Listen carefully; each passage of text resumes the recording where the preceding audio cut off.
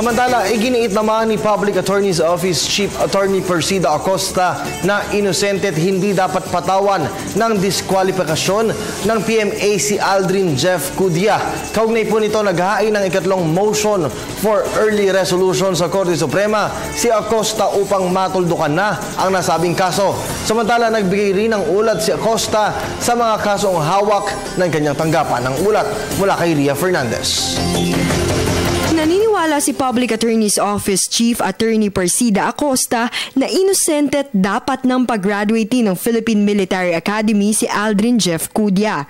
Inihayag ito ni Acosta sa press conference ng PAO ukol sa progreso ng mga hinahawakan nilang kaso. Sa RA nagsabi na talagang dapat makagraduate ang batang ito. Kasi siya ang simbolo ng isang anak na pinaaral ng magulang sa kabila ng kahirapan, eskola ng bayan. Dapat mapakinabangan din siya ng bayan. Kaugnay nito, naghain ng ikatlong motion for early resolution sa Korte Suprema sila Acosta sa layong matuldukan na at mabigyan ng hustisya ang binata. Pinatawan si Cudya ng PMA ng indefinite leave without pay and compensation matapos umanong mahuli ng 2 minuto sa klase. Ngunit giit ng depensa, under instruction ng binata ng mga oras na iyon.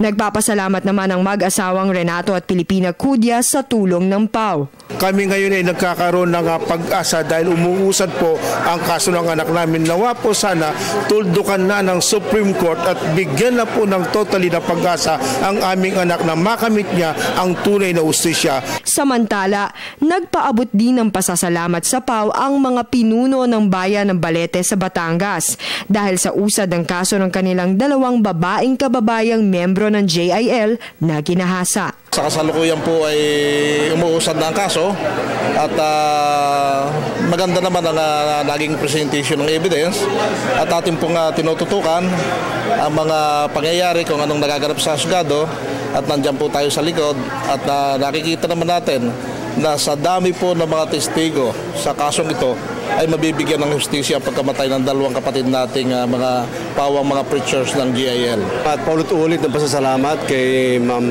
Persia Acosta. Kung hindi dahil sa kanila ay mawawala ng kabuluhan ang kaso ng 2 biktima. Dahil sa kanila ay lumabas ang katotohanan at humihingi po tayo ng tulong sa husgado na mapabilis.